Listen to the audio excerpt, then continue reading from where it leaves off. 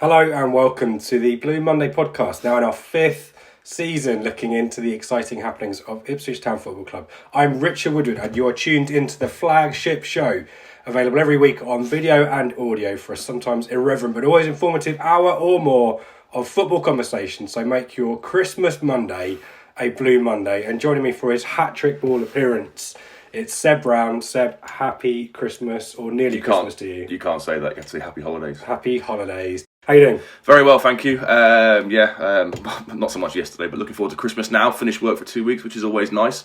And I was hoping that yesterday would start off a decent run over the festive period, but more to come later. Nope. None of that. No early Christmas presents for us. And also, there's this the jingle bells, jingle all the way chant. Well, how often is to see Ipswich win away chant? I haven't sung that in about 10 years. Yeah. So I'll ask you for, let me drop you in the spot. Your moment of the decade at the end. We've got a poll coming up over Christmas. Plenty of content over Christmas. So I'll let you percolate that one away in the think walk. Okay. And we'll come back to that one later. The news, there's not a huge amount of news. Apologies there was no midweek show. It's Christmas and we're busy, and it's just felt like there's a lot of stuff the last few weeks with these cup games and so on. So a bit of a break for everyone. It makes hopefully the shows when we come back a little better. But some news, not too much to talk about. Some injury stuff. Sears played for the under-23s on Monday. It'll be like a new signing. And it'll be like a new signing. And he wanted to be back for Portsmouth, but that didn't happen. Teddy Bishop is targeting Exeter as well. Good news, I guess, but you're not buying this whole they're like new players thing, yeah? Well, I think it's just a bit of a cop-out, isn't it? It's an excuse we'll use when we don't inevitably sign anybody. I'm a massive fan of Teddy Bishop. However, what's it been now, 4 or 5 years that we've been saying, when Bishop gets fit, we've got a great player on our hands, and it's just not happening. Sears, I think he'll do very well at this level because he's proven League One at Col U, etc. But I don't think he's the kind of striker that we need. I'd much rather he was a big 6'3" lump that provides us some sort of physical presence up front. So I think he's a great player. I'm hoping when he comes back, Lambert might well settle on a formation on a 4-3-3 and use Sears as an inside forward like he was back in November time when he took over and Sears went on that really good run of form. Mm-hmm. But to say they're like new players, I think we'll just paper over cracks. I thought you were going to go all Dark Knight on us. He's the striker we want, but not the one we need. Yeah. Maybe you should hit the weights, Freddie, or eat some chunky Christmas meals and get your weight up. He's how tall is he? Like 5? I think he's not 6 foot. Is he? Okay. I like him a lot, but he's like Jackson. He's a nippy, quick player, and we already have one of those. We need a different option in my view up front. But we do. Some quotes for you. The news this week is largely quote based, and let's see whether you agree or not with these quotes. Paul Lambert, firstly, he's in favour of lots of fixtures over November and October, less so around Christmas and New Year. He's an advocate for the winter break. I wonder if that's linked to being in Germany. Well, let me quote you. The games come thick and fast, and the travelling comes thick and fast. What he's done actually is it's quite a smart argument, is to bring the fans into it. If you can do that, then I think you get people on side. And you're asking fans to fork out a lot of money, and I think that's an unfair thing. I think the quality dips. When I played in Germany, clang! I loved the winter break, absolutely loved it. It was great for everybody, great for the fans. Are you one of these people, Seb, that likes the 4 fixtures or whatever it is over Christmas? I love Christmas football. I'm a big fan of it. To say the quality dips because there's 4 games in the space of 12 days or whatever, I think is a bit of a cop out. I wouldn't like. I'd like a winter break, but not at Christmas time. I don't mind one in January, maybe after the FA Cup third round weekend. That's fine. But Christmas time, everybody's off work, and football is a massive part of it. You look forward to Boxing Day. You're seeing your families at Christmas time. It's a chance to meet up with friends in the pub and go and see some football. So I definitely in no way would want any kind of break over Christmas itself. Yeah, I think I agree with that. I think I'd miss it. I think the Premier League's got one, hasn't it? They have. It's staggered though, isn't it? It's staggered, so there's no weekend without football. All 20 sides get 2 weeks off, but it's staggered. So half play 1 week and then have a break, and the half play the second week and have a break. So I don't think we'll notice anything too drastic, but they are introducing it because of the preparation for the World Cup. And obviously, come 2022, December will be a bit of a write-off in terms of the World Cup. So I thought the Premier League might introduce one next season, but I might be wrong about that. I've definitely read it. I think you're right. I think I don't think the EFL does. So we'll pull our games off anyway. So. Well, there's a market there for the EFL if the Premier League decides to disappear. So we are advocating against the winter break. I was not advocating a winter break. Paul Lambert is wrong. So says Seb Brown. Actually, I agree with the January one. I think a bit of downtime after January, and if it's about the weather, then that makes sense to do it in January just as much as it does to December. Yep. Let's. I picked this one out only, and it's kind of prescient, given it's a quote before the Portsmouth game yesterday, where Lambert says we need to be ruthless in both boxes, and this is a new one for you fans of XG, XA, WD40. We've got a new stat to determine our effectiveness, attacking effectiveness. Entries in the penalty box. So entries, okay, not diaries. Right. We're talking entries. We had 71 against Bristol Rovers. 71 entries into the penalty area. Okay, and scored 1 goal. So when you have 71 penalty box entries, quote, you expect more than 1 goal. So we have to be more ruthless in the attacking box and the defending box. Are you loving this nerd stat stuff, or do you just need to stick your boot through the ball and have a shot like Portsmouth did yesterday? I'm not really a big XG numbers kind of person. 71 entries into the penalty box, I have no idea what is acceptable and what isn't acceptable. I'd like to know what the stats against us were in terms of the entries into our penalty box. Mm-hmm. But when you can have all the entries you want in the world, yesterday the guy spoiler alert, the guy picks it up and just thwonks it from 20 yards. He's not in the penalty box and he scores a perfectly good goal and wins 3 points. So I understand, in this day of statistical analysis and all the analysts employed by clubs and stuff, people are always going to find these kind of patterns and models, but for me it's not. It's just, football is essentially a simple game, isn't it? I think you can read too much into things, and whilst I agree we need to be better in both boxes, I'm not sure using all these statistics and whatnot to relay it to the fans is necessarily helpful. I think XG is quite useful here because I agree, the entries into the penalty box is swear words instead of swear word here. It's bollocks because and I'm an advocate for XG and again we'll talk about it in Portsmouth actually yesterday. But the quality of the chances is the most important thing from my perspective. Yeah. We have lots of incursions into the penalty area, but never look like creating we never cause the keeper to have to make a save, and that's what XG kind of tells you is the percentage chance or the probability of scoring a chance from that position where you are. And I think, we just don't create the obvious goal-scoring opportunities to give us goals. But also, if you took a corner and swung it in and the keeper catches it out of the air, presumably that's an entry into the penalty box. That counts, I assume. I don't know. Stats. I assume that would count. However, from a goal-scoring perspective, it's rubbish. So XG, I'm not sure. Ben would know what the XG on a corner kick is. But if you know what, if you're one of these stats people and know what penalty box entries are. Tell us about it in Twitter and enlighten us. And it's a good shout about what is the average of a defensive I have no idea. 71 high. It says we expect more than 1 goal. So does 50 lead to 1 goal? I've got no idea. No idea at all. Someone who is talking a little bit more in terms I think we can understand is John Nolan, who had quite a few things to say last week. And again, prescient quotes in advance of the Portsmouth game. I'll read you some of these as well. He doesn't think the number 10 position is his ideal position. I'd say I'm more of an 8 box-to-box midfielder, but I can see why the manager wants to put me in the number 10 role because I'll run all day. That's the qualification for me in the number 10, not the attacking potency. Yeah, through balls, shots from distance, just run. There was a little bit of criticism of how we go a little bit direct from times. Playing the long ball is like we're hoping that the ball drops there to create chances instead of building through the thirds, which we have the players to do. It's only my opinion. You look at our squad and we're set up to play football more than we are to go long ball.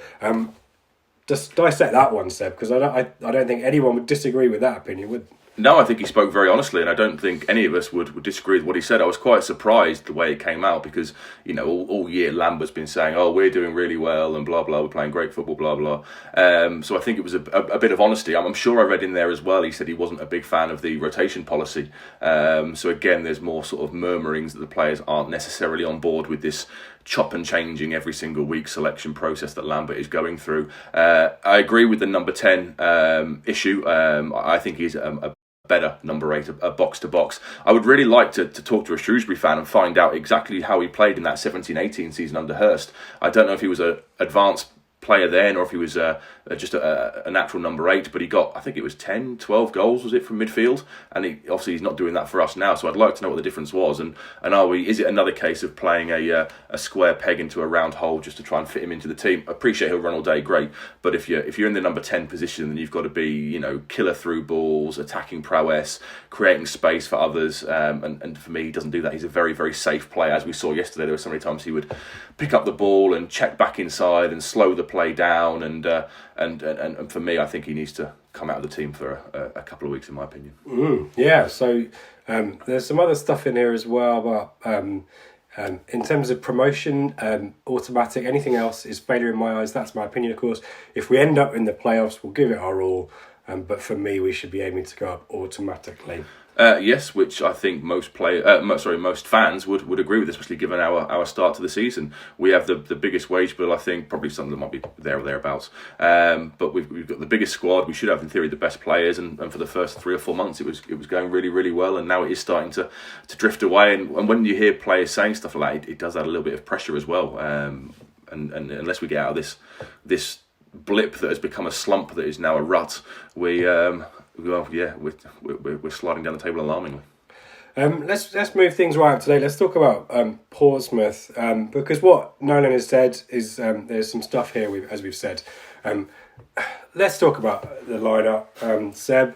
On the Blue Monday WhatsApp group, we all had a go at trying to name the formation. Yeah. And I think you were the only person who went 3-5-2. You got it right. I did, yeah. I assumed with the What did you know that we didn't? Just the lack of wide options rose out for a few weeks. Giorgio is clearly going to go back to Spurs in probably next week or the week after. Edwards is the only real wide option. Therefore, I couldn't see it being a 4-2-2 or a 4-3-3. I didn't think Enciala would come in, obviously, but I thought 3 at the back would be the best way to try and get the fit players into the side. And we did look good with that formation earlier in the season at certain times. So 3-5-2 is the starting formation. There will be a few more later on, though. So you guys who like the rotation of the formations, don't you worry. There are plenty of gifts here for you. Let's go through the teams. Norris in goal. The back 3, as Seb mentions, of Wolfenden, Enciala anchoring in the middle, and Chambers returns after a 2-match absence, I think it is. Enciala, this is his first league appearance since the Battle of Accrington, where it didn't go so well for him there. I think he played in the Cov replay, though, so it hasn't been out of the team for too long. But nevertheless, a surprise given Wilson is on the bench. It's a 5-man midfield with 1 advanced in the 10 position. And guess who it is? It's John Nolan, who hates it. Garb out left. Edwards comes in on the right. And it's Scouse and Downs just behind Nolan. Up front, it's Jackson and Norwood. No, Keane and Norwood. Keane and Norwood. Why have I written Jackson? Because I'm an idiot. Keane and Norwood. Tell us about it, Seb. Well, Enciala was the big surprise. I think everyone was pretty dumbfounded. He's not played regularly at all. When was the Accrington game? Mid-October, I think it was. So since then, when he got hooked at half-time, you could argue he's played one FA Cup replay in the last 2 months. I don't remember seeing his name featuring for the under-23s in that period. I know he was injured for a while. He's been on the bench quite a bit. Yeah, but he's not match fit. He's not at match sharpness like Wilson has. And for a game against a side that are on the up and are meant to be one of our promotion rivals, it seems strange to me to give a guy that's clearly not going to be match fit and he's going to be ring rusty at such an important start in the middle of a back 3. Mm-hmm. The 2 fullbacks pick themselves. Danassian is decent defending, but he's not the best going forward. So I understand why he played Edwards there. The midfield 3 again probably pick themselves. I guess you could argue Dazell's played the last 3-4 games on the bounce. Yeah. So potentially he could have kept his place in ahead of Nolan, but Nolan does appear to be a manager's favourite, so I can understand that. Will Keane scored a couple of goals. I would always have Jackson and Norwood up front personally as my front 2. Jackson's pace gives us a real outlet, but obviously for whatever reason Lambert decided to go with Keane, and spoiler alert, didn't really work. Nolan's a big fan of that Jackson-Norwood partnership, and that's my excuse for why I misspoke there on reason why. Portsmouth, let's see how well I can stumble across the goalkeeper's name. Craig McGillivray in goal for Portsmouth. It's a 4-2-3-1 with McCrory, who basically was like an out-and-out winger throughout. Burgess, Raggett and Walks Naylor, the captain, anchoring the midfield with Ben Close.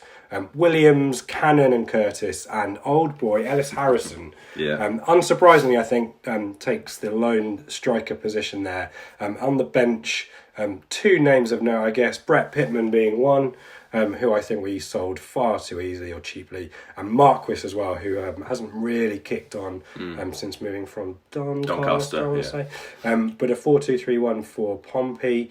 Let's get into it, because there's not a huge amount of quality football to talk about, or goal scoring opportunities, and Lambert said this as much in his post-match. The tone was set from minute one. Ellis Harrison running to charge down the ball and decides to lunge into Luke Chambers and earn himself an early yellow card. I guess that's Harrison's job, right? Yeah, I think it was about 11 seconds into the game, wasn't it? We took the kick off. Chambers went to hoof it down the pitch, but it caught Harrison.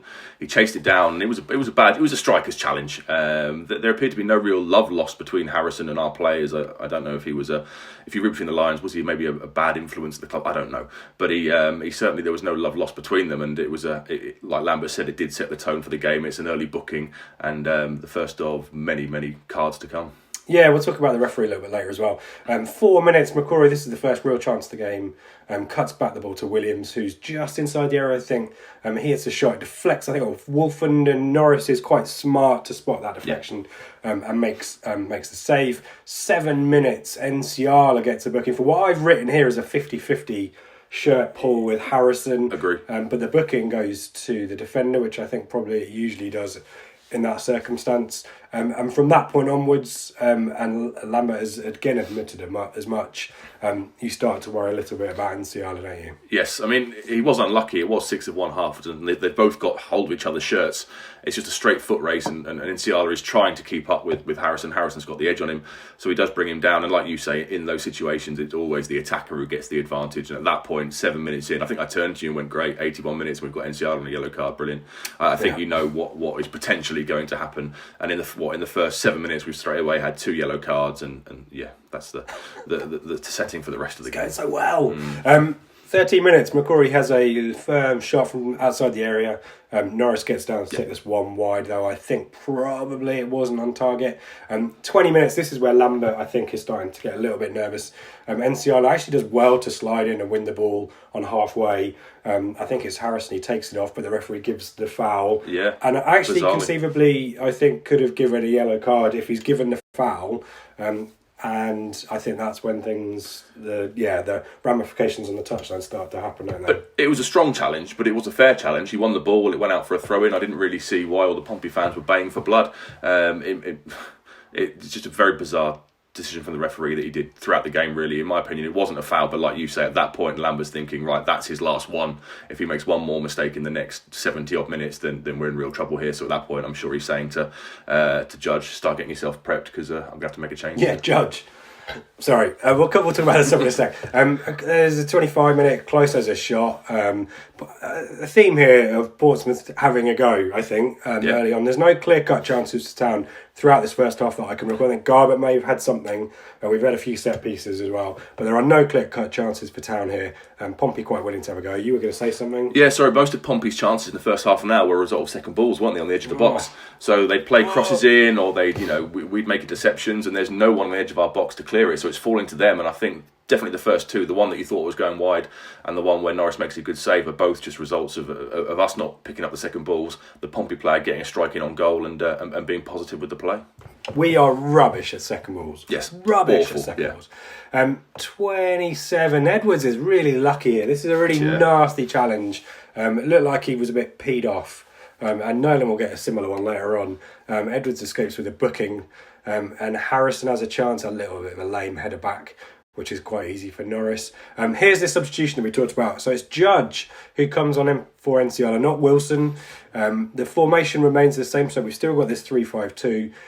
But Scouse is the centre-back dropping in. Yeah. And Judge, and I think Nolan swap. Well, yes. Judge comes in, goes to the number 10 position and then drops deeper. I think that's right, wasn't it? I think so, yeah. Wolverton seemed to go to the middle of the back three with Scoot on the right-hand side and Chambers on the left-hand side, so a bit of reorganising at the back as well. I assume Lambert might have done it. If he brings Judge on, he's still got flexibility later in the game if he wants to go 4-4-2 or change the formation. If he brings Danassian on, he'll struggle to really alter things at the back without sort of wasting another substitution. So I guess that was his logic, but it just stayed as it was. Portsmouth were kind of all over us. All three centre backs, no matter who played in what position at the back, they couldn't deal with Harrison. He was a handful all game, and it just didn't work. And that's all the action I got for the rest of the half. We didn't have a shot on target in the first half, did we? Not that I can recall. So no. I think my tweet at half time was that Pompey had the chances, but we were well in the game. Spells of possession, but real unsurprisingly, a sense of people unfamiliar with the system that we were playing. Certainly the midfield was quite clogged up. I think I don't know whether Portsmouth's pitch isn't particularly big, but it did feel like everywhere we went, we were just crowded a little bit. But isn't that just Portsmouth's high press? Possibly. I mean, our front two were very, very isolated in the first half. They didn't really get into the game at all, and every time we discussed the second balls, Pompey winning them every single time. So I think it feeling congested wasn't necessarily the small pitch. I think it was just Portsmouth high press and the fact that they were more up for it than we were. We seemed to slow the play down every single time we were on the ball, whereas they were positive and looking to go forward. And I think that's all it was with regards to the congestion. The Keane Norwood formation now that I've got that right. Doesn't work, does it? Because Norwood is going to hustle and bustle and chase things down. Keane drops in, doesn't he? And basically becomes the number 10 anyway. Yep. And then you've got Norwood even more isolated. Yep. That doesn't work, does it? No, that's why Jackson and Norwood tend to work quite well, because Norwood does all the ugly stuff, the hustle and the bustle, and Jackson will run the channels and create space for him. With Keane, I mean, we were started to go long yesterday. I know he's 6'2" or whatever he is, but there's no way he's a target man. I don't think he won a single header all game. So more than that in a second. Yeah, the game plan was to knock the ball long for him, to flick the ball on to Norwood running in behind. Norwood isn't blessed with great pace, and it just didn't work. But then, to be fair, how many times did they play together? I'm thinking, did you say you thought they played one of the Coventry games together? But apart from that, I know they were played on the pitch in substitutions and whatnot, but as a partnership, I can't remember them starting a game together. I'm sure you're right with one of the Coventry games. I think Norwood came on in the Lincoln home FA Cup tie. Okay, and Keane stayed on. So that was. But again, they're not starting, are they? So yeah. And Norwood only got 15 minutes in that game, didn't he? So that's true. It was a kind of a last minute. It was last 10 trying to salvage the tie. Portsmouth. We spoke to a few Portsmouth fans before the game, and apologies to Tim, our mate Tim, and James as well. We tried to find you in the Good Companion pub. Must have to, if you want to make money as a pub, maybe put more than 2 people on at your busiest part of the week and at Christmas. So if you got served at the Good Companion pub, good on you. Yeah, I mean, it was. We ran out of patience. It was the bar. It was 5 deep to get to the bar. 2 people serving. We stood there for 15 minutes. And didn't move forward once, so we just abandoned it. So apologies to the people we were meant to meet up with, but it just I don't know where I was going on that little tangent. What were we talking about? You're just ranting about. I'm just ranting about stuff. Yeah. Well, more to rant about in the second half then. Let's start with the action. A bit of a scramble here. I guess Norris ends up doing quite well. I think there's a cross that comes in and he kind of flaps it a little bit. Punch, but makes it.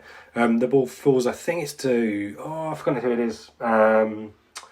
I can't remember. I think it was the number 14, but I couldn't remember his name. But Norris kind of quite smartly just puts a hand up instinctively, and fortunately the ball hits it. A header is then looped in from that, and Garbutt is on the line to save that one. But that was a bit of an alarm bells. 50 minutes, we finally have a real kind of proper chance. Norwood kind of half chance. It was a shot, wasn't it? Yeah. Norwood brings the ball forwards. Ball bounces up for a minute, and he hits kind of a half volley thingy. But it's quite tame, straight at the goalkeeper. But it's a shot on target. Yeah. But another attack for Ipswich breaks down. There's a missed second ball header for Keane, and suddenly I can't remember who takes the ball out, but it's certainly Curtis that ends up with the ball after it moves from right to left. And just inside our half, Curtis picks the ball up, Seb, and talk to us about what happens next. Curtis is given the freedom of Portsmouth to run and run and run and run and run. Edwards backs off. I understand Edwards is on a yellow card, so to be fair to him, he can't go flying in. Scouse is the defender on the right hand side of the back three, and again he just backs off and backs off and backs off. And Curtis just thinks to himself, right, well, I'll have a shot then, and he does, and it's a good goal. It's a good hit. Norris, it seems to hit his wrist and flies up into the goal, but it was so preventable. Edwards can't make the challenge. He's on the booking, fair enough. Scouse can come out a little bit. He's not been booked. He could always just take him out cynically if you want to, and you've still got the backup of Chambers and Wolfenden as two centre-halves behind you. So I don't understand why they just let the guy run and run and run. And what's really frustrating is when you see that, you think to yourself, none of our players would ever do that. Nobody would ever look just to run. I mean, Garbutt's got a good shot on him, but no one would look to just pick the ball up, head down, run, and just hit it. So a really, really avoidable goal. A great strike by the Pompey guy, don't get me wrong. He's hit it well. But from our point of view, a really, really poor goal to concede. The guy doesn't have to do too much to score, and it was 5 minutes after half time, wasn't it? And at that point, you start to think to yourself, well, we're not going to get an equaliser, let alone win it. So it's going to be 40 minutes now, sort of hanging on, and it was. But a really poor goal and really, really avoidable. When we concede first, we generally lose, don't we? We are this fragile still after last season. Yeah, and it did feel like. And they didn't have to do much score against, did they? The keeper, I think, rolled it out to one Pompey player. Keane misses the header. It goes to one Pompey player. He passes it to Curtis. Run, hit, goal. Yeah, they haven't got to work hard for it. And your point, I tweeted as much this morning actually, just before we recorded, and said, who are the players in the Ipswich squad who can do that? Someone said Jackson. No. Garbutt, I think, could. Jackson scored a goal similar to that, I think, against Millwall, but it's few and far between. Garbutt, as you say, can run and have a shot. He's got the shot on him, but I think more to the point of the question was who's got the confidence or the intent to do that? Because Portsmouth were trying shots throughout the match. Mm-hmm. We weren't really trying anything. We really didn't have a way of creating chances, and that worked for Portsmouth. It's almost a brilliant save from Norris. I'm going to give the credit to Norris there. It's Bart-esque. He gets down strong well, wrist, he's just fortunate that he's quite tight to his line, because the ball obviously then just hits up into the off the bar, I think, and into the roof of the net. But otherwise, that was almost an amazing save. And it had absolutely boshed it down with rain at half time. So I don't think that helped either. I think the ball, as soon as it hits underneath him, it skids quite badly. So. But that's the cliche, right? So the pitch is slick. Have a shot. You know what I mean? Oh. But we don't. 54, Garbutt does have a go. Yeah. Shot on target, keeper saved it, 56, Chambers picks up the first booking for a challenge against Harrison. He's going to have another one later on, sadly. And here is the moment where Guinevere powers into life. Scouse is substituted for Dynastian, and it's the much fabled 4-4 effing 2 that comes to the fore. Judge moves out wide. And it's a standard back four from that point onwards. 62, Nolan lets the red mist get the better of him. That's a naughty challenge from him. Another card. And 65, this is the moment, Seb. Norwood finds himself right in the middle of the goal, from what I recall, maybe to slightly one side. Slightly to the left as you look at it, And what happens here, Seb? Because if XG is classifying his chance, I think. It's quite high up there. Yeah, I've looked at the highlights this morning. It wasn't on the Sky highlights, and it wasn't on the fan recordings of the game, so I've not seen it again. But for me, all he had to do, he could have shanked it, he could have toe poked it, anything. But he I don't know if he's out of form or if he's just not confident. But he shanks it horribly, and it just goes out. It just rolled across the face of goal, and he definitely should hit the target from that position. He's slightly out wide, so I guess you give him the benefit of the doubt. I think it's on his left foot. I think he is right-footed, so it's on his wrong foot. But even so, from that distance, he's the guy that unfortunately has to deliver in the big games, and he just hasn't there. It's kind of like a ballerina-esque foot that he kind of puts out there, rather than you could put a shin on that, as you were saying, or toe poking, anything. And this is when you start to get a little bit anxious or nervous about Norwood, because these big chances, there was one last week against Bristol Rovers as well, they come and go, and these are starting to determine the outcomes of fixtures and points. So again, to our conversation before about Sears being a new player, it might be that we need better reinforcements up front and options. And I think that there are questions about that, so we'll come on to that in the questions. We've got a substitution, and So having looked okay for 15 minutes or so, when was the It wasn't that. substitution? I think it was about 7, wasn't it? When was so it wasn't even that. You're right. So it's about 7 minutes of 4-4-2. We go to 4-3-3. Yeah. It's Jackson on for Edwards, also on a red card risk. Yeah. At this point, and it's a 4-3-3 formation. And again, there was no pattern to our play. This is when the fabled Nolan long balls, as he's criticised, start to come to the fore. It almost works later on. We'll talk about one in a second. Nolan himself has a shot. I think it's Nolan from just inside the penalty area. It's quite firmly struck. It goes out for a corner. 73. This is it. A long punt up the pitch. I don't know who by. To me, Norwood handballs this. He brings it down and kind of almost catches it, but does that kind of weird thing that I think Jim Majorcan used to do it, but actually controlled the ball with his chest. And he's probably found himself too acute an angle and can't get the ball back across goal and hits the side netting. I don't think that was a particularly good chance there. It was the one that he had before that was the much better chance out of the two. And I haven't got anything more from this point onwards until 87 minutes, where Luke Chambers is going to find himself having a day off on Boxing Day. Lucky him, for a second yellow card, a rugby tackle. Yeah, it was. As Harrison broke down the right side. It was a clear yellow. Harrison was a pest all day. I think we saw the Harrison yesterday that we hoped we'd signed last year. He was challenging for everything, putting himself about. He's quite quick. He's a big guy. He won an awful lot in the air. And Chambers, it was a silly challenge. Harrison, in reality, is probably not through on goal from that position, but he just sort of rugby tackles into the ground, and it's a no-brainer. Second yellow card, and now we miss him for Gillingham, which means more changes and probably a formation change again, given Nsiala form yesterday. So I assume we'll go to a back four. So yay, more selection stuff. And that is a run of yellow cards before the end of the game. We haven't talked about the referee yet. Let's talk about this Wolfenden. Wolfenden's booked for dissent. Yeah. I think there's a similar incident at another game, and I can't remember which fixture it was, where Wolfenden was Wickham, wasn't it? fouls. It was Wickham, yeah. It was Wickham. And then gets himself a booking for dissent. Stuart Taylor on the bench is booked as well. Jackson gets booked. Everyone's getting Christmas cards from the referee yesterday. And that is the match. That is a 1-0... defeat for Ipswich, 2 on the spin against teams who would... Well, Bristol Rovers, I guess, not expecting to be top 6. Portsmouth, certainly, who should have been at the start of the season and maybe looking for a bit of a run now. Town... And yet again, another team in the top half of the table, or the top 7, that we just can't beat. We're not going to get promoted by beating the bottom half of the table. It ain't going to work. And on the face of it, if you take all of the previous few weeks of... rotation and moving players around and so on, and the slight consternation on Twitter, I'll call it, people moaning and getting a little bit concerned. It's a fine margin victory for Portsmouth. They've had more shots certainly on target. They've had 15 shots and 8 were on target. We've had 8 shots and 2 on target. So there's a story in terms of our attacking intent. 60% possession for us. But 60% possession in areas of the pitch which make no sense. Yeah. These are not possession stats that suggest that we are trying to find angles, we are trying to be clever, we are going sideways across the defence and across the midfield, getting to the 18-yard box, going backwards and sideways. Every single time yesterday we had a chance to do something quickly, a quick release ball from midfield to one of the wide players. We didn't do it. We just slowed the place down every single time. Nolan, Scoos, Downs, they all did it. Keane.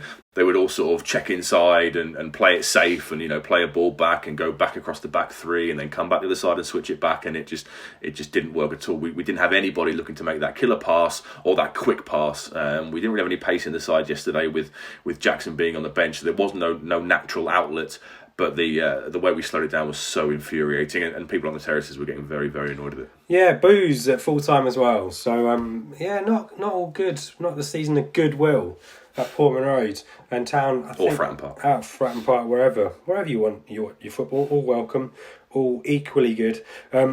Let's do some Twitter questions. So Town did I mention that we're at the bottom 2? Top 2. We're at the bottom 2. Bottom 2 to come. Don't worry.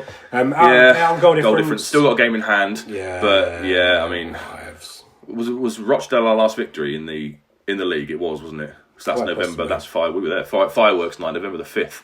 So you're now closing in on 2 months since the last league victory, and yeah, it's not good, is it? Let's get on to these questions then. James Houston is first up. How high on your wish list would a left back be? Would mean Garbett can play further forward and balance the 4-4-2 nicely. Yes, I think that's what we have to do now. I think we need to go back to basics and go to the 4-4-2 we had at the start of the season, and that was Kenlock at left back and Garbett further forward. If we had a magic money tree, I'd say yes, a new left back is preferable. However, given the fact we probably have no money, I think there's other areas of the pitch that need to be strengthened first. But I would look now to bring Kenlock back in and push Garbett on. Maybe we need a right back as well. Blue Soap talks about Kane Vincent-Young, who I agree we are missing so much. Yeah, massively. As he says, I know one player does not make a team, but he's absolute quality. We need consistency, and that needs to start from the back. Holy is a great keeper, would be my first name on the team sheet. Also, Chambers now to miss the Gills game. Some big games coming up. Your thoughts on this consistency point with Holy? Well, we changed apparently yesterday, I saw a stat on Twitter. Yesterday was the 8th time in 10 games we've changed the goalkeeper. I mean, how can the keepers prepare for that? How can the defence prepare for that? It's crazy. And yesterday we saw Norris came for a fair few crosses and either missed them or flapped at them or didn't get a decent punch, whereas Holy, given his size advantage, is pretty good at commanding his area and coming for the crosses. So I said it on the last time I was on the pod, Holy is our player. I don't really understand why we do this thing where we develop other people's players, but Holy's our player. He needs to come into the side now. And if Wolves say, you're not playing, Norris is coming back, all right, send him back. If we're spending 4-5 grand a week on Norris's wages, you could argue that with Prisbeck and Wright as backup keepers, that's a decent chunk of the wage almost being wasted to effect. There's nothing wrong with Holy playing all the games from now on. And back in the day, we remember, under Kelvin Davis and Richard Wright, the sub keeper was a bit of a joke thing. They never got played. I mean, back in the days when it was 3 substitutes on the bench, there was no keeper on the bench, was there? So Lee Bracey and Mike Salmon. Yeah, Keith Brannigan. I think there's nothing wrong at all with Holy playing all the games. Have one of the young lads on the bench. I presume Prisbeck is ahead of Wright in the pecking order, given the Peterborough game and given the fact he warms the keepers up before the game. And we need now just to have a settled number one. Yeah, I think in League One a goalkeeper is not as particularly as important as it maybe is in the Championship. No. Adam Flatt. I'm going to ask this, Adam. Like I think. You probably don't intend it to be said this way, but I quite like to say it this way anyway. What is Paul Lambert trying to do? He's been here for over a year and hasn't the first idea what his preferred system is or his best 11. What is he playing at? Yeah, that's the flavour of some questions here. Yeah, Adam's got a great point, hasn't he? Good question. He had a free hit last year. No one blamed him for relegation. So even if you write it off when he arrives in November, he's then got 6 months to develop a way of playing, a pattern of playing, and he just didn't do it. We played 4-3-3 pretty consistently last year, but there was a decent amount of chopping and changing with players. And this year, it's just crazy. I mean, could you see any pattern of play yesterday? No. Any ideas at all? There is not. We don't hit teams on the counter. We don't go. We don't build slowly from the back. We don't use the wings effectively. We don't really go long. We have no identity whatsoever. So, a very good question, and I don't even think at this point Lambert really knows what he's doing. Oh, Seb Brown, are you in the? I'm not in the Lambert out camp yet. However, if he doesn't, go back to a settled 4-4-2 or a settled formation, and I mean, conceivably, it's not ridiculous to say after the Wickham game on New Year's Day, we could be out of the top 6. Yeah. There's only 3 points in it now. Oh, it's tight. There's only 3 points in it. We've got 2 really difficult away games coming up after Boxing Day, and if we were out of the top 6 at that time, or down to 6th or whatever, I think I would start to turn because I'm just sick of it. Sick of it. Matthew Noble. Lambert will not be ITFC manager in August 2020. True or false? I hope he is, because if he is, it means we've gone up. Yeah. However, I could very well see that coming true. I mean, Evans does give managers an awful lot of time, often to his detriment.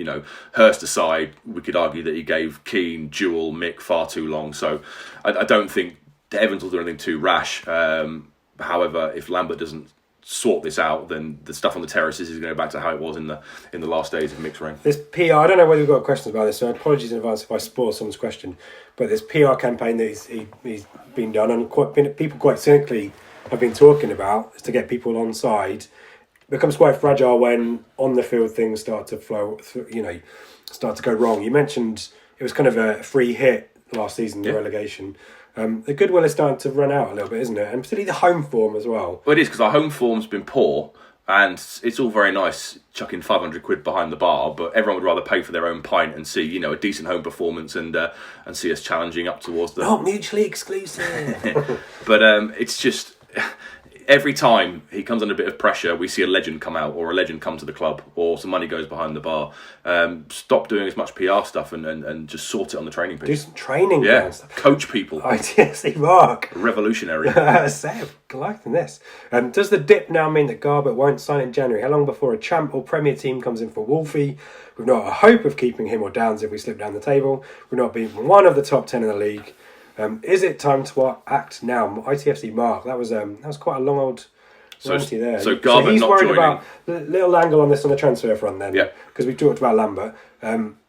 Concern about whether Garbutt might not fancy the move to us now. I'm not necessarily too sure on that. Yeah. But thoughts on does our status in the league, if we drop away from the automatic places, start Downs and Wolfenden's agents suggesting, well, look, if Town are going to be League One again, you want to get out of here as soon as possible? Or is it... I don't think that'll happen in January regardless. I think even if we were to be, let's say, 6th or 7th come the end of the transfer window in January, I don't think those two would leave. However, I think they'd be dead certs to go in the summer to, not to the Premier League, but definitely to the Championship, and we'll do that thing we always do where we sell a player one move too early. So we'll sell them both for about £2 million, and then in about 2 years' time they'll get Premier League moves with big £20 million fees, I'd imagine. Merry Christmas! Yeah, this is great. Yeah. Jason, why have comparatively successful consecutive managers, I assume prior to coming to Ipswich, found Ipswich such a difficult job? It's not the money nor the owner, he says.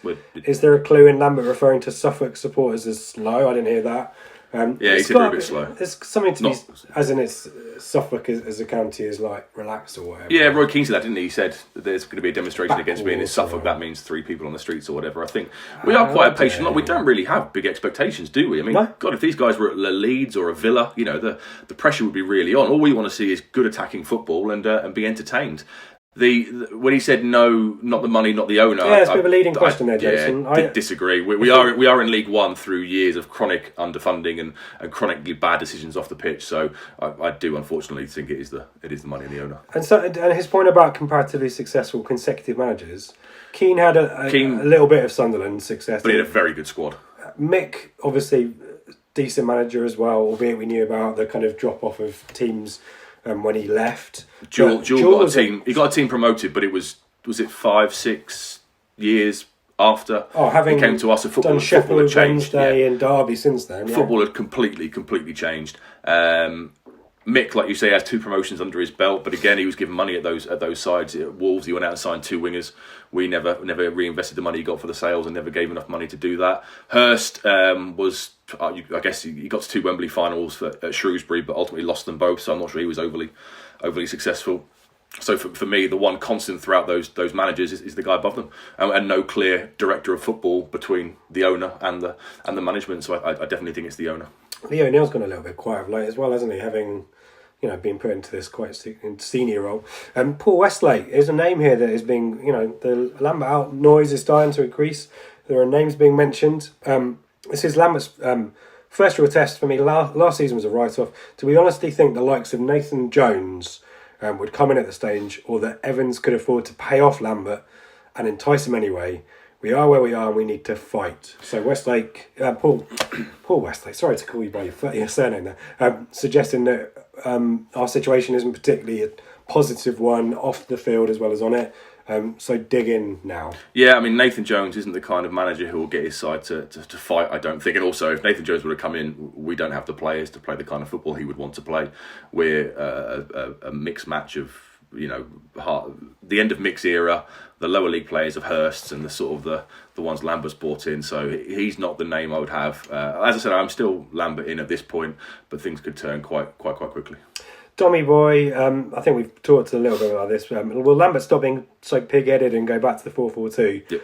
No idea how you answer this, but so annoyed, yeah. Yeah, it definitely should go 4-4-2. It worked really well for us for the first 6-7 weeks of the season. If that means bringing Kenlock back in and pushing Garbutt further forward to make up for the lack of Rowe on the left-hand wing, then fair enough, do it. I think we might start to see a bit of a changing of the guard now with Scouse. He started the season well, but his age is starting to show now, so I could easily see a central midfield 2 and a 4-4-2 of Downs and one other, and probably not Scouse these days. Dazelle. Brad mentions the rotation of the goalkeepers. We've talked about that. Mike, if it were not for August and September, Lambert's 14 months in charge would presumably be one of the worst win records in the entire EFL. Yeah. Surely he is fast running out of credit. Interesting to call out the August and September run, maybe buying Lambert a little bit more time and less scrutiny, because his record last season, whilst we tried and failed to stay up, was pretty poor ratio-wise, wasn't it? When he came in, was it 5 points adrift? I think we were 5 points adrift when he joined us in November, and by the time we went down, it was a much further gap to safety. So he got the free hit last year. This season started really well. Combine that with the attendances being higher and the stuff he's doing off the pitch, he did have a decent amount of credit in the bank. But the more he does this chopping and changing and bizarre team selections, it's quickly running out. Let's skip through these quite quickly if we can. Phil mentions the rotations again. We talked about that. Ben Airier asks about transfer targets. He says, could the loss see us take a dip into the transfer market? I think we need reinforcements, regardless of yesterday, don't we? I don't need a striker. You talked about the target man. Is that your number one target? Yes, I think so. Think Daryl Murphy 5 years ago. That kind of player who's a physical presence up front, can hold the ball up and bring others into play. I think he could play well with Jackson alongside him with his pace, with Sears alongside him with his pace, or with Nord with his hustle and bustle. So for me, that is the priority. Second to that would be a centre half. I would personally re-sign Tommy Smith. If he's free and he's in the building, I can't see anything wrong. He's left-footed, brings that balance to the defence. And at this stage with Encialo, in the form he's in, I can't see anything wrong with giving Smith even a 6-month contract to end the season. Do you remember when I said quickly? Sorry. Yeah, sorry. Okay, let's keep going. Dave Gore, skip through this a little bit. Are we a better team? Are we in a better place, a better team than when Lambert took over? Yes. Okay. You said go quickly. Fine, good. Did Paul Lambert lose his lucky pants in November? Asked Justin. Are the current ITFC tactics the equivalent of freestyle jazz? Enjoying the GIF there, Justin. The mullet news of the week. Sacking Lambert is not the answer. It leaves us with an unbalanced squad made up of 3 managers, players, with a 4th man having a rushed window to add his own, and potentially leaving us lacking even more identity and surety. Discuss. Yes, exactly right. If we were to let Lambert go, then you are looking at, you've got the end of the Mick era with Scouse, Chambers and Sears. You've got the lower league ones that Hurst brought in. You've got the ones that Lambert got over the summer, and then you've got a new guy looking to implement new ideas and new tactics and whatnot. You've gone from mixed sort of, safe long ball football, which was pragmatic but did ultimately work. We never went down, so about a third of the squad are ingrained with that. You've got the players struggling to make a step up from Hurst signings, and you've got Lambert's ones who now look bereft of confidence. So I agree, if you were to bring another manager in, you're just adding to the melting pot. Michael Gooding's not happy. That's more of a comment there and a reaction. We feel your pain, Michael. Let's end with... there's a couple here. Accrington scored 4 against Pompey last week. How many minutes would we need to play to have enough vital shots on goal to score 4? Asks pod member Craig from 75. We'd still be playing now, which is 20 hours after the game, and we still wouldn't have scored. Tim Pash, let's end with Tim, given we failed to meet him yesterday. Apologies again, Tim. He's asked 2. Greedy. You're only one present from the list. Who's coaching the forwards? Not one diagonal run, not one incident where the forwards ran diagonals.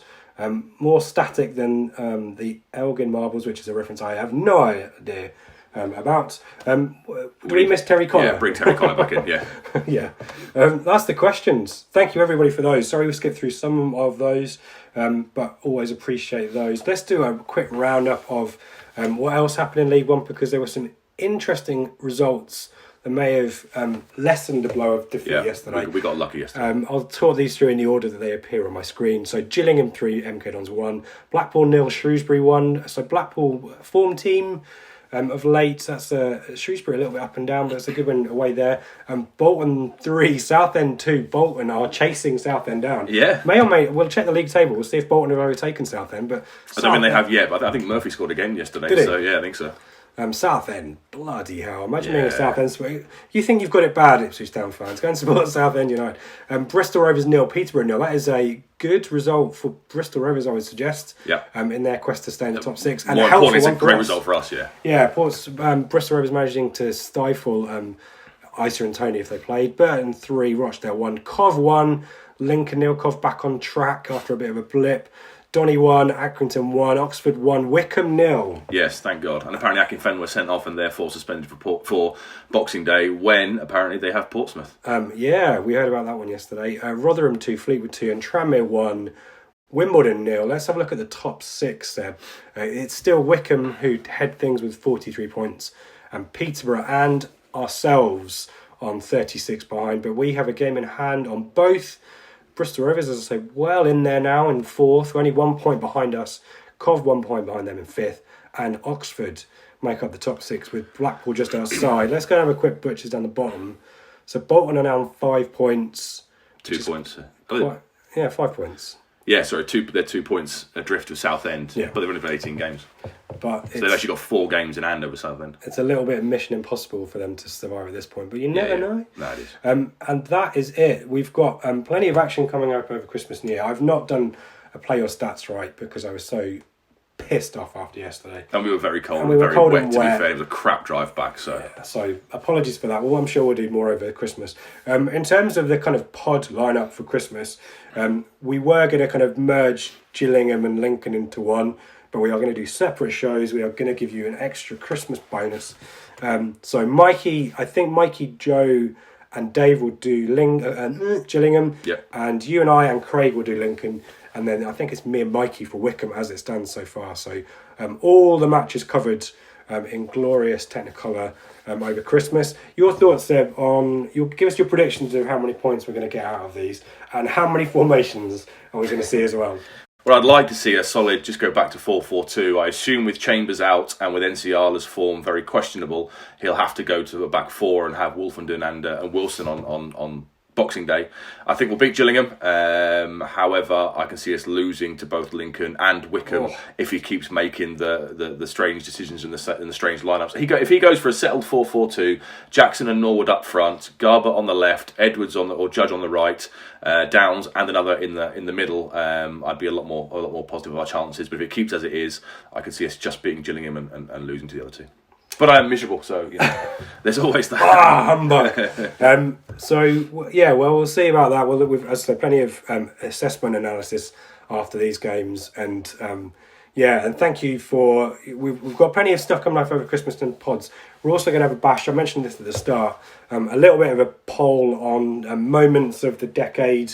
That'll be a short list. I'm putting some stuff. Actually, there's more than you think. Is there? There's Arsenal, but I guess in the pantheon of Ipswich Town history, these are not kind of up there with winning the FA Cup or UEFA Cup or Wembley playoff finals. Yeah. So we'll put those out, I think, as Twitter polls, and then we'll come back and do a pod possibly at the start of the new year to analyse those. What's your moment? What's your standout positive moment? Come on, it probably is Arsenal, isn't it? Right at the start of the decade, 2011, wasn't it? Priskin's goal. Yeah, I mean, you got mixed year. We finished 6th, but ultimately was there's some great games that season. I remember Brentford away and the Leeds at home games. There's some really good games, but apart from that, it's let's be honest, it's not been a great. Well, it's not been a great 20 years in reality, has it? But Jesus, this is miserable. Come on, well, we need a new decade, for me, it would be Priskin. It was a great moment, and Portman Road was full, and that was a really, really good night. So for me, that's my highlight. We scored a goal and beat a Premier League side. And there was quite a lot of kind of hoo-ha about it afterwards, wasn't there? Yeah, all the Fabregas stuff about playing long ball, like kind of rubbish. So yeah, for me, that was definitely the highlight, and. Hopefully, maybe, you never know, in 10 years' time, you could still be sat here and discuss the moment of the 20s, and we could say, that promotion when we went unbeaten from Boxing Day to May was epic in League One. Up through the divisions in one go, and we've been there ever since. Fingers crossed, eh? So we'll set those out. We've got about 5 or 6 categories, and we'll set those out and let people give us their opinions, and then we'll run through the results. So you can find all the information for that on our Twitter account at Blue Monday ITFC. You might have seen yesterday that I was having a little go on that one. So Ben has given me a Christmas gift of the Twitter account. So I'll use my power for good, not for evil. So you can find that and all the details of these polls at Blue Monday ITFC or on my account at Ipswich. Seb, where can we find you? At BrownS08. And I must say also, get involved on the on Statman. He's got a thread about the best player of the decade. It's quite good to get involved in. So make sure you get voting on that, please. Yeah, it's going to be a nice, depressing reminder of how many great players have played for Ipswich the last decade. Also, we're on Instagram now, Blue Monday Pod Team, all one word. Again, some good stuff, bits and pieces from Portsmouth yesterday. If you want to go and follow that, and hopefully more to follow, including Mikey's adventures on the trains and various beverage. For his trips down there, and I think that is it, guys, and girls. Thank you very much for all your support this year. It's been a good one for us. We've had our first live show. More details of hopefully a couple of bits and pieces in the new year. More on that to follow. So it just leaves me to say thank you for all your support, all your likes and interactions on Twitter and YouTube and Instagram and wherever else. And a Merry Christmas. I hope it's a relaxing one. I hope it's an enjoyable one. I hope you can forget about football and Paul Lambert and rotations and goalkeepers and stuff for a few hours, and we'll be back to reality against Gillingham on Boxing Day. And as I said, keep an eye out for the pods for that. Have a good one, everyone. And Seb, I'll let you have the final word. Merry Christmas to you. Yes, thank you. As I said before, delighted to be helping out with the pod. So thank you very much to every single person that asks us a question or interacts on Twitter and watches the YouTube clip and listens to it. It's all very, very much appreciated, and none of us at all take it for granted. So thank you very much. Merry Christmas, everybody. Have a great New Year, and let's look back and hopefully we'll go unbeaten now from Boxing Day till May and have a celebration of a promotion. Ho, ho, ho.